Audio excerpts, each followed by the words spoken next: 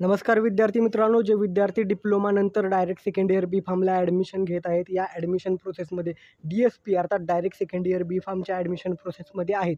असे विद्यार्थी वारंवार कमेंट करून विचारत आहेत की आजच्या तारखेला जे काही कॅप राऊंड 1चं अलॉटमेंट आहे, अर्थात कॅप राऊंड 1 पहिल्या प्रवेश फेरीमधल्या ज्या जागांचं वितरण तुम्हाला कॉलेज मिळालं आहे की नाही, ही माहिती उपलब्ध होणार होती. तर ती माहिती अद्याप का उपलब्ध झालेली नाही आणि कधीपर्यंत उपलब्ध होईल, अशी बऱ्याच विद्यार्थ्यांनी कमेंट केलेली आहे. तर त्याबाबत आपण सविस्तर बोलणार आहोत. सगळ्यात पहिल्यांदा महत्त्वाचा मुद्दा लक्षात ठेवा, CET सेलच्या वेबसाईटवरती आल्यानंतर या ठिकाणी तुम्ही ऑनलाईन सिस्टीम जे लिहिलेलं आहे त्या ठिकाणी एक नवीन गोष्ट फ्लॅश होत आहे, बघू शकता.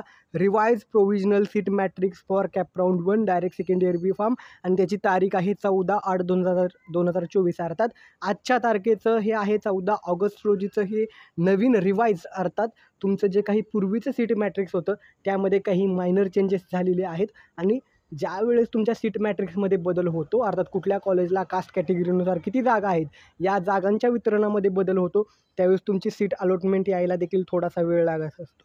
शिवाय त्या ठिकाणी उद्या शासकीय सुट्टी आहे, 15 ऑगस्ट स्वातंत्र्य दिन आहे आणि लक्षात ठेवा आजच्या तारखेला सीट मॅट्रिक्स यांनी बदललेलं आहे. शिवाय जे काही कॅप राऊंड 1चं अलॉटमेंट होतं ते आज देणार होते, परंतु त्याला थोडाफार उशीर होऊ शकतो. तुम्ही या ठिकाणी काय करायचं आहे, CET सेलच्या वेबसाईटवरती वेळोवेळी येऊन चेक करा आणि मी एक अशी अपेक्षा करतो की तुम्ही डायरेक्ट सेकंड इयर बी फार्मला ॲडमिशन घेता म्हणजे तुम्ही यापूर्वी ऑलरेडी डिप्लोमा इन फार्मसीचं ॲडमिशन केलेलं आहे. त्यामुळे तुम्हाला बऱ्यापैकी आयडिया आहे की ही वेबसाईट कशा पद्धतीनं चालते. त्याशिवाय शासकीय काम आहे, थोडाफार विलंब होत असतो. त्यामुळे तुम्ही वेबसाईटला येऊन वेळोवेळी चेक करत चला. आणि हा व्हिडिओ बनवायचं एवढंच कारण आहे की वारंवार तुम्ही कमेंट करून विचारत होता आणि तुम्ही कोणीही टेन्शन घेऊ नका. जरी तुमच्या कॅप राऊंडचं अलॉटमेंट उशिरा आलं तरी देखील तुम्हाला जे काही मिळालेलं कॉलेज घ्यायचं की पुढच्या राऊंडला जायचं, त्याशिवाय कॉलेजमध्ये रिपोर्टिंग करायचं, या सगळ्या गोष्टींना हा तुम्हाला वेळ हा दिला जात असतो. त्यामुळे त्या गोष्टीचं एक कोणीही टेन्शन घेऊ नका.